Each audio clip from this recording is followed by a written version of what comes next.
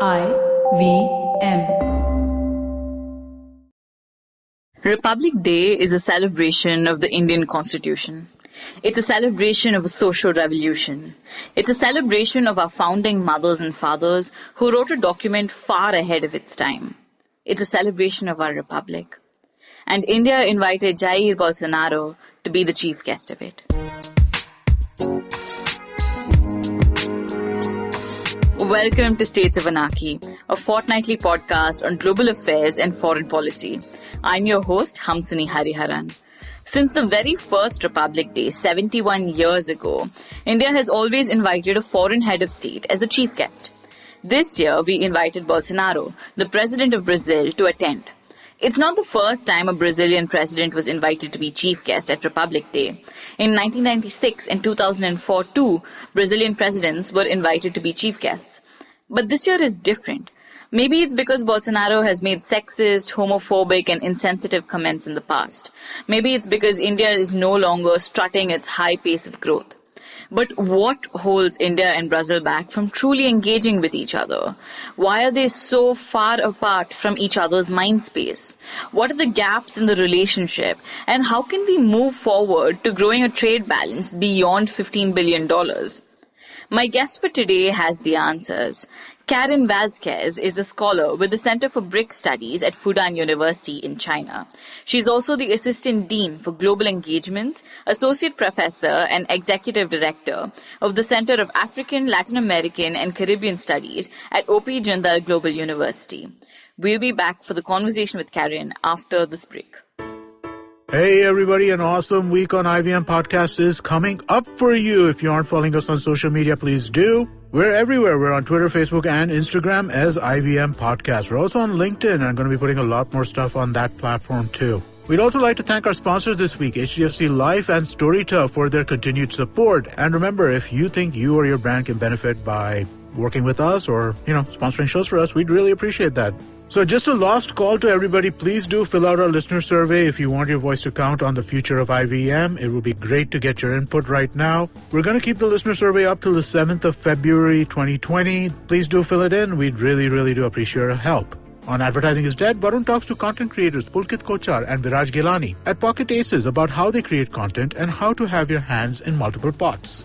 On Geek Fruit, Jishnu talks about the new Doolittle movie. Dinkar and Tejas give their take on 1917. And all three of them try and figure out what's happening with CW's Crisis crossover. On Golgappa, Trupti is joined by Pranit Chilimkar, who talks to her about fitness and health. On The Habit Coach, Ashton talks about the importance of doing the research before deciding and settling on something, be it health-related or not. On What a Player, Mikhail and Dudeja talk about the India versus New Zealand T20 matches and Virat Kohli dropping a catch during the second game. On Paisa Vaisa, Anupam is joined by Avinash Luthria, a SEBI-registered investment advisor, to talk about 5 common misconceptions around investing. On Pulya Bazi, hosts Saurabh and Pranay discuss the randomized control trials that led to the Economics Nobel Prize. On Postcards from Nowhere, Utsav shares experiences from his 17-hour train journey to Uzbekistan. On KBCD, Sunetra and Farah talk about their preferences for their sexual partners and discuss if that can lead to bias and prejudice. On Thanle Harate, the Kannada podcast, Gautam Shenoy joins Ganesh Chakravarti to talk about science fiction and its influence on society. And with that, let's get you on with your show. Hi Karin, welcome to States of Anarchy. Thank you so much for being with us today. Thank you very much, Hamsini. I'm very glad to be part of the show, and thank you very much for inviting me. So India and Latin America in general have been so far away from each other's mind space. Why do you think this is true for Latin America? Why do you think this is true for Brazil? That's a very good point, Hamsini. India and Latin America actually have had a shared history for many years with the indented immigrants from India, mainly to Central America and the Caribbean countries. And there's a large presence of Indian and influence of Indian culture and Indians and local politics as well. But despite this historical ties, relations with Latin American countries in general, beyond Central American and the Caribbean, is still understated. There's a huge potential for growth, not only in terms of trade and investments, but also in cultural exchanges and other dimensions of bilateral relations. I think many issues contribute to this lack of mutual knowledge. Certainly the distance is one of them, but it doesn't explain everything, right? Because Australia and the U.S., they are also far from India, and they certainly share more cultural and stronger relations than Latin American countries in general do. I think if we look for at the foreign relations dimensions and the history of foreign bilateral relations between India and these countries, we actually see a much greater preference from India, at least, to look into the more immediate neighborhood and the look easy policy implemented in recent years as well, which has put much more emphasis into other regions of the world and traditional engagement with Western powers, mainly U.S. and European countries. In recent times, we see greater interest of India to go to African countries, for instance. So in that sense, there is potential to go to venture to new countries, to new areas, but it's still not on the radar as a priority for Indian foreign policy. I think the same explanation stands for Brazil, which has pretty much had close ties with traditional partners like the U.S. and European countries, and since the early 2000s started to diversify these partnerships by engaging with other countries in Africa and Asia and the Middle East. But still we see a large potential to be explored, to be tapped with India specifically and other countries. So I think this lack of cultural and historical ties amongst most Latin American countries and India, and the lack of contact and engagement and priority in the foreign policies of the two countries are some of the contributions, some of the part of the explanation on why this engagement has been not that strong.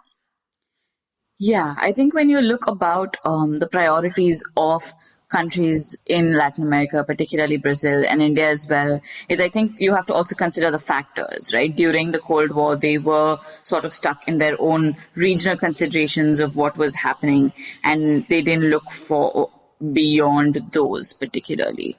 But I agree with you, considering how both these countries have relations with the US or with the European Union, which are just as far away, should mean that there is a lot more potential for them to develop ties. It's true. And if we also look at the same period that you mentioned, India was the non-aligned movement, one of the leaders in the non-aligned movement, and Brazil and other countries of the global south, they were very much in line ideologically and in terms of overall directions of foreign policy. And actually we see a lot of rapprochement between the two countries and global forum, for instance, was a reform of the United Nations on WTO issues, even though WTO has been a contentious issue in recent years. But overall, there is a lot of proximity and engagement, and the two countries have been sharing similar ideas and aspirations in terms of global engagement. But that doesn't necessarily translate into stronger bilateral relations, even though we've had a strategic partnership since 2006, and this strategic partnership was elevated back in 2016, and now the visit of Bolsonaro and a large high-level government delegation to India. So I think there is an intention at the rhetoric level, at least, and a movement from the two bureaucracies, both in India and in Brazil. But I think the biggest challenge in the years to come will be how to implement these agreements in this movement. Fair enough. Just to take a step back, I don't think there are a lot of Indians who have a cognizance of Brazilian history or Brazilian politics. So could you briefly tell us what were sort of the major concerns of Brazilian foreign policy through the Cold War and afterwards, and how this developed? Oh, gosh. That's a major task. A whole podcast on its own, I'm sure. Yeah. I believe one of the when we were discussing the non-aligned movement, right, and during the Cold War, this was the period in which many countries who were former colonies gained independence, and this was the case of India and so many others. Brazil was slightly different. We had our independence much earlier than that. But even so, we share a colonial past like India and other countries in the global south. And for that reason, our foreign policy has always very much emphasized principles like sovereignty, autodetermination of people, and non-intervention, for instance, which were some of the hallmarks of the non-aligned movement and the movement of developing countries to gain more prominence and voice in the global arena. And even so, even today, these are core principles in our foreign policy in Brazil, and some of them are even enshrined in our constitution, like the right to sovereignty and autodetermination and non-intervention in other countries' foreign affairs. So I think these are some of the similarities and the broader principles that guide our foreign policy since the early days. All right. So we've already spoken about the non-alignment movement. So do you think this was sort of the major pillar of relations between India and Brazil during the Cold War? Was there something else that anchored relations between the two countries? Our relations have just celebrated 70 years of Brazil and India relations. So actually, the non-aligned movement and the Cold War, they were actually at the very beginning of our relations, right, between the two countries. So yeah, I think at that time they were one of the main aspects that brought the two countries together, even though relations were very subdued until the early 2000s, even though we had some ideological and foreign policy, shared foreign policy directions, this engagement was not that strong or even relevant, so to speak, until very recently, when we actually started to share greater trade flows, investment flows, and migration, as well as more closer relations in the global arena and global fora like the UN, as I mentioned earlier, the WTO, and also important to mention the IPSA Forum, the India, Brazil, and South Africa Forum, which was created in the early 2000s, and later the BRICS, the Brazil, Russia, India, China, and South Africa. As two large platforms for policy coordination amongst these countries, right? And that was another area in which Brazil and India now at a multilateral level could coordinate and could engage and could identify areas for cooperation.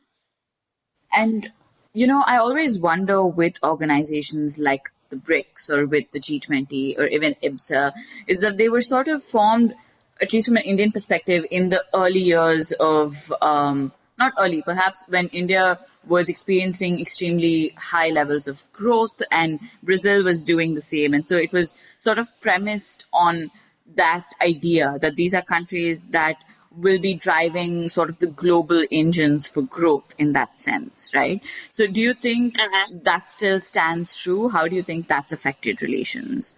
Yes, I think this is particularly the case of the BRICS, right?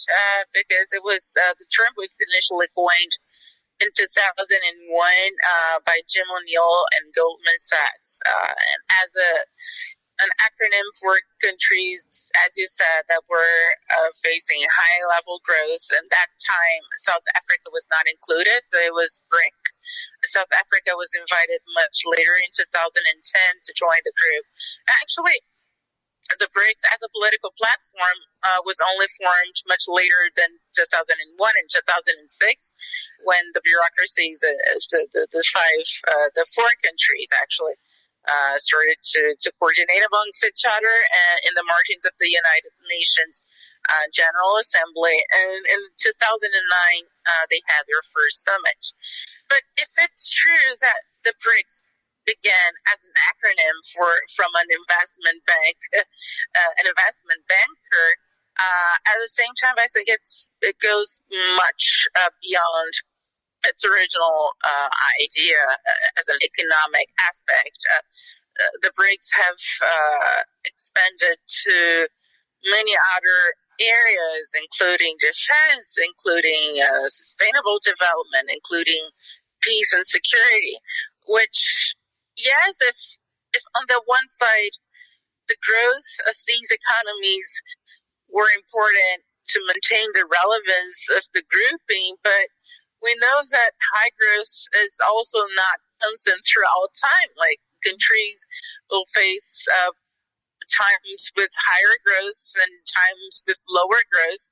But I think the strength of the BRICS, these are still huge economies, and some of the largest economies, the largest population, largest countries in geographic aspect, and they still have a very important stake in global politics. So even though momentarily economic indicators are not performing that well, I think these are still relevant countries, and this is probably what proved why, regardless the economic downturn in some of the members and some of the political challenges faced in some of these members, the group is still strong and going on for more than 10 years. It's entering its second decade now.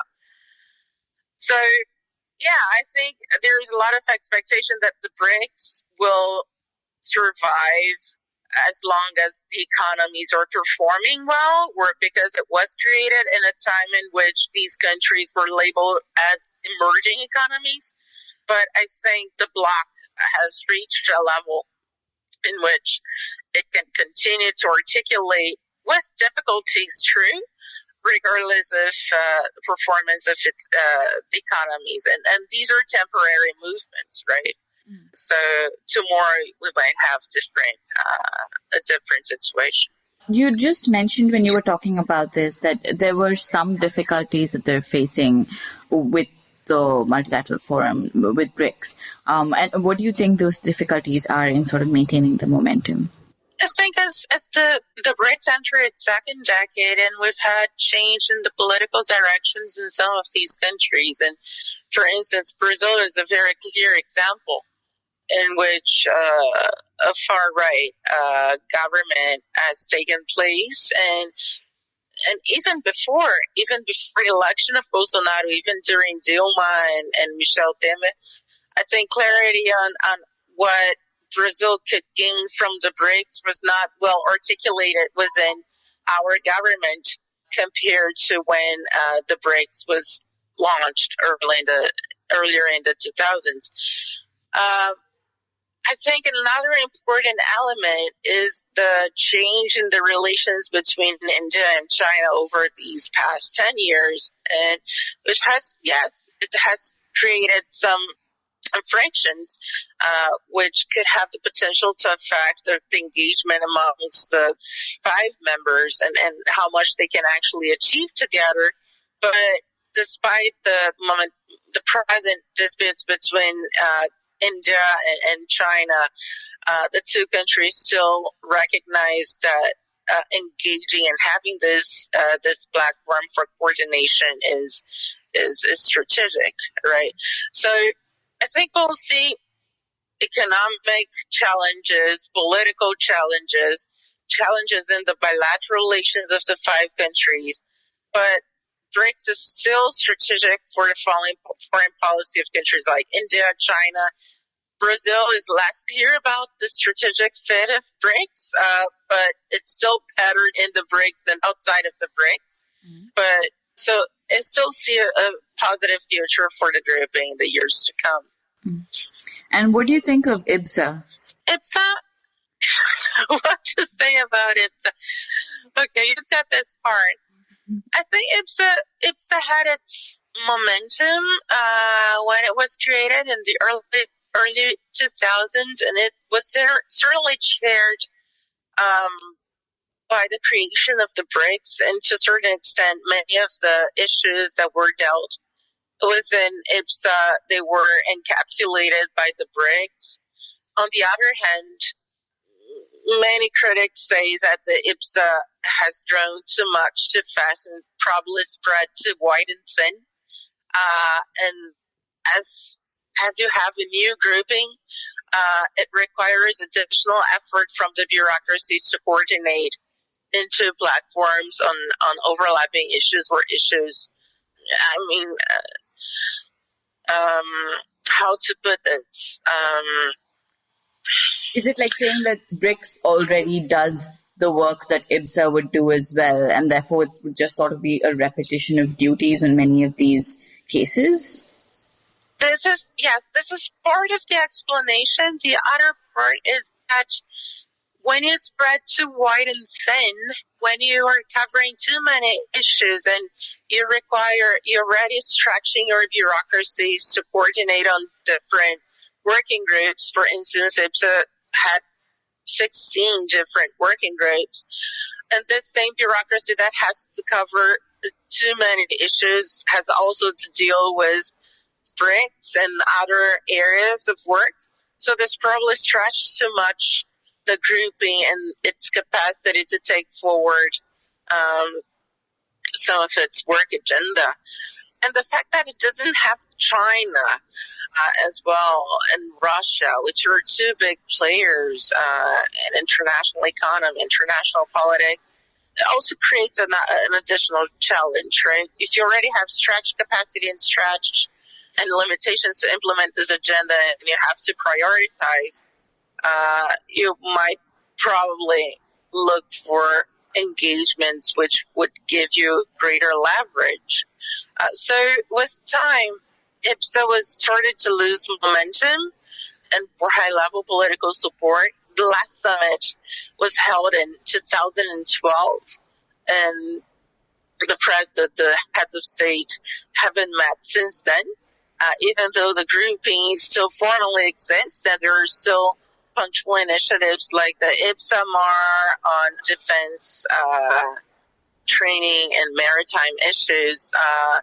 You also have the IPSA fund managed by the United Nations, which is supporting least developed countries in areas like infrastructure, water and sanitation, and many others. So you still have initiatives under IPSA, individual initiatives under IPSA, but the grouping hasn't articulated as such in many years. There is an intention. India has been pushing very hard for IPSA to be resuscitated, so to speak, or to revive the IPSA, and precisely because this would counterbalance the influence of China within the BRICS. But from a Brazilian and a South African perspective, this could potentially be dangerous in the sense that if India's intention to revive IPSA is to counterbalance China, Brazil and South Africa may not be interested to give this impression that they are trying to counterbalance China. They want to be partners with China as well as they want to be partners with India. So I think this is the point we have reached in terms of IPSA. That's fair. And I think it also brings up sort of the interesting point of relations between China and Brazil. And I think that's one relationship that's really grown over the last 10, 15 years, right? What are your impressions of the China-Brazil relationship? China-Brazil relationship has grown exponentially over the past years in many dimensions. If you look at trade, in the early 2000s, trade and investments flow, they were virtually marginal, and now China is, if not the first, the second largest trade and investment partner of Brazil. We've had some challenges recently, after the election of Bolsonaro and the declarations that our current president gave during the electoral period with regards to China and Chinese politics.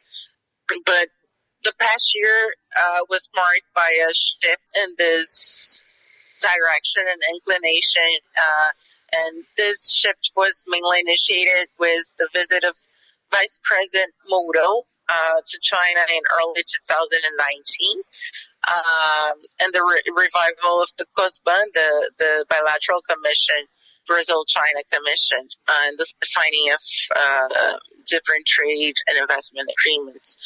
And later in 2019, Bolsonaro visited China as well and met with Xi Jinping, who on the following months came to Brazil for the BRICS summit. And even though we didn't see many concrete outcomes of this meeting, I think one of the most important outcomes is a soft power one, in the sense that, yes, let's take our bilateral. It was a message from both sides to let's resume our engagement on better terms and based on much more solid grounds, and let's clear our perceptions or misperceptions, that any misperceptions that we might have had in the past, and grow stronger from here. So I think, yes, this is really important for Brazil, not only because of the size of the Chinese economy and the weight of China in our trade portfolio, but also because Asia, China specifically, as well as India, as the motors of Asia and Asian growth, and two countries that have been growing. Even though growth rates have declined in the past year, they're still growing at high rates and in a consistent terms. And Brazil, in its turn, has been growing less than 1% for many years, and it's trying to put its head out of the water after many years of deep recession. And it's keenly looking for partners to invest in Brazil, mainly in infrastructure sector, oil sector, energy, and the other areas, but also improve trade relations and attract investments and capital into the country to help the country get out of this recession. So the visit, the improving relations with China as well as improving relations with India is part of this. Let's go to Asia and let's look into Asia beyond the United States and Europe. And as much Brazil is being criticized by traditional partners for human rights violations and climate change and environmental protection, Asia takes a less political stance on Brazil and offers potential for investments and trade in a moment that Brazil is deeply in need of. That makes sense. And just because now we were speaking about Bolsonaro, he was invited to be the chief guest for India's Republic Day. And that's not sort of new, right? Brazilian presidents have been invited before, I think, in 1996 and even in 2004 to be the chief guest for India's Republic Day celebrations. But what I think was commented upon was the idea that while relations have been languishing, is this to sort of signal actual relations between India and Brazil, or is this sort of a move by right-wing governments on both ends to signal support for each other? What do you think of that? I think, yes, there is a political, there's certainly a political aspect. This is a time in which both Brazil and India are being heavily criticized internally and externally in terms of some of the measures that have been taken. In the case of India, the CAA, and earlier on the constitutional amendment on the autonomy of the Kashmir. And even if you go back in time, all the process with the demonetization and the impacts that it had in the economy and in the society. Brazil has also been criticized heavily for questions on human rights, the forest fires in the Amazon, and so many other issues, and not to mention the recession, the economic recession that we are still fighting to get out of. So even though there are these aspects that bring the two countries and the two leaders, specifically Modi and Bolsonaro, together, the emphasis and the focus of this meeting was much more on trade. And I like to say that it's probably a safe haven to both, because it's a way to focus on a less politicized or areas in which the two leaders are less likely to be criticized for. And actually, it's an area that it's very much welcomed by both parties. And Brazil, as I mentioned earlier, is in deep need of investments and increased trade with different countries, and especially Asian countries. So I think the emphasis was very much on economic terms, and the nature of the agreement that were signed during the visit tried to create a better environment for economic cooperation and trade and investments. There is still, if you see the joint declaration, there is a mention that both countries intend to increase trade flows to $15 billion US by 2022. Currently, trade flows are as low as $8 billion, even though we've signed a strategic partnership in 2006 and another one in 2016. I think even though the focus on economics and the heavy weights of the delegation that Brazil took to India signals intention for Brazil, from the Brazilian perspective at least, to enhance this partnership. We also need to take note that these are probably some of the two of the most closed economies in the world, the most protectionist economies in the world. And signing agreements and taking high-level delegation is definitely a good step, a positive signaling, but implementing is always the tricky part.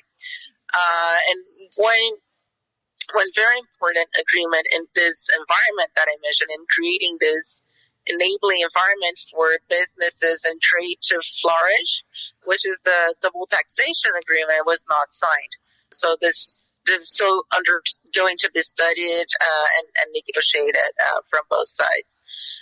There's the Social Security agreement. Sorry, what exactly is the double taxation agreement?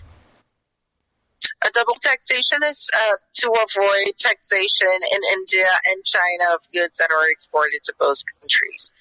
So that reduces, once the double taxation agreement is signed, goods are only pay taxes in one of the countries and not in two countries.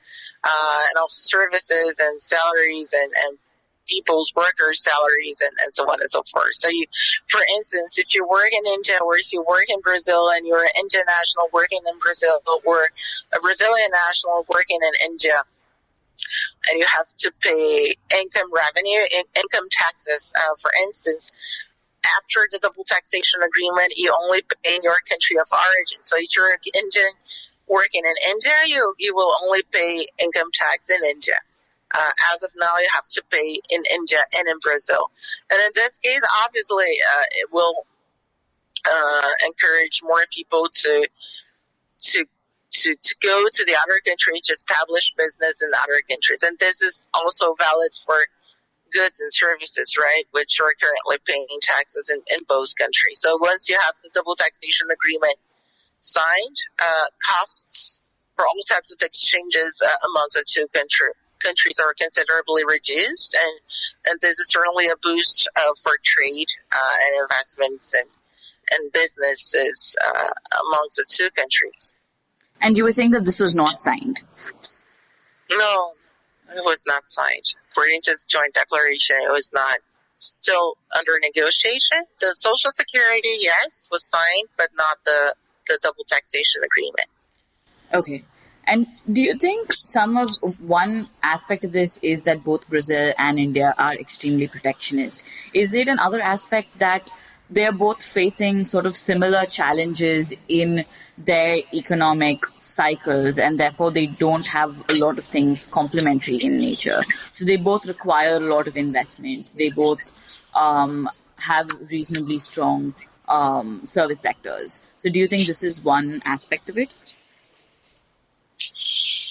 I think a common aspect is that both countries that have large agriculture sector, right? Both Brazil and India, and some of the producers are heavily subsidized by the government. And actually, the issues at the WTO on the sugar production exports by India, it's an issue of contention with Brazil, which is also a large world producer of sugar. And it's facing competition from India on the field. Yes, agriculture for sure, but there are many complementarities as well in terms of technology and pharma sectors that it's a strength in the Indian economy, and that could be potentially an daring demand for Indian imports by Brazil. In the oil sector, I think there's another interesting movement. India, as an importer of oil, mainly from Venezuela and Latin America, Brazil is a large producer of oil, but currently exports to India are not as high. But with the embargo on Venezuela by the United States, as well as Iran, which is another large supplier of oil to India, there could be some trade diversion from Venezuela and Iran and specifically Venezuela, of course, because they're in the same region, to Brazil, which could potentially increase oil exports to India to supply some of the oil originally exported by Venezuela and now embargoed. So these are some of the potential and complementarities and similarities between the two economies that could potentially be explored in the years to come. Yeah, and I think the agreements also work towards that. A lot of the agreements that were signed this time around were on agriculture, right? Yes. So I just have one last question for you. What are books or resources that you would recommend if people want to learn more about Brazil's relations with India and more broadly in foreign policy? Mutual knowledge between Brazil and India is still very limited. Academic production and books and it's still very, very limited, both in India and Brazil.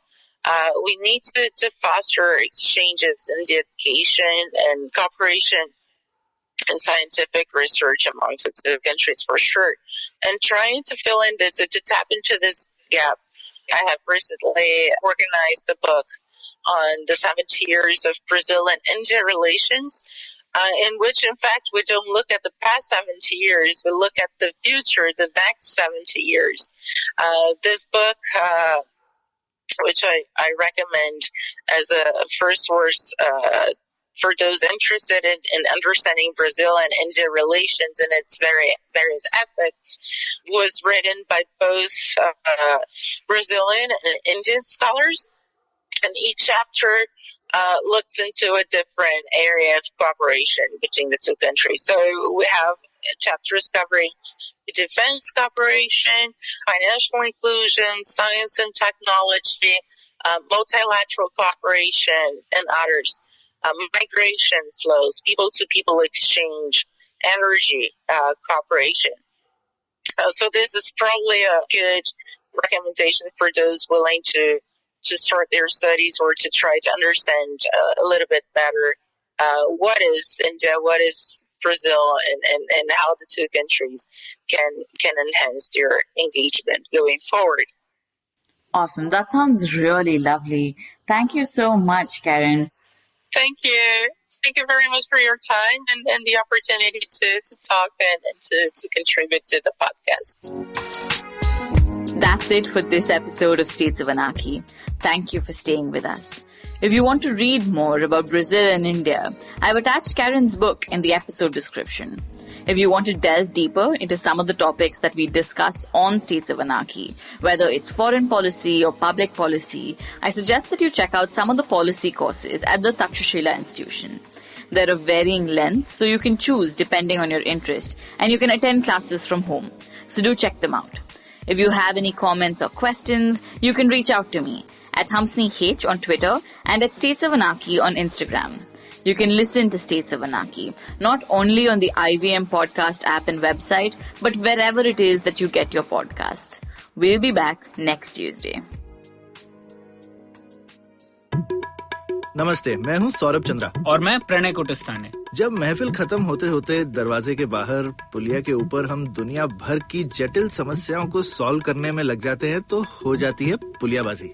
अब आजकल के apartment वालों ने तो कभी पुलिया देखी नहीं होगी, पर आप फीलिंग तो समझ ही सकते हैं। तो आइए शामिल हो जाइए हमारी पुलियाबाजी में, जहाँ प्रणय और मैं एक से एक इंटरेस्टिंग टॉपिक्स की तह तक जाएंगे। Artificial intelligence, bitcoin, Pakistan, medical education, currency crisis, कभी हम दोनों के साथ और अक्सर स्पेशल एक्सपर्ट गेस्ट की कंपनी में। सुनिए हमें IVM की वेबसाइट, ऐप या अपने फेवरेट पॉडकास्टिंग प्लेटफॉर्म पर हर दूसरे हफ्ते।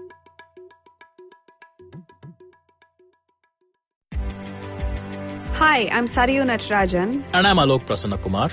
And we are the hosts of the Ganatantra podcast. On this podcast, we speak to academics, social scientists, journalists and activists to find out what's actually going on in Indian politics. On this podcast, we stay away from personality politics, intrigue and gossip, and instead focus on the data, research and analysis that drives all this. So tune in to the Ganatantra podcast, where new episodes are out every Wednesday on the IVM podcast app, website, or wherever you listen to your podcasts.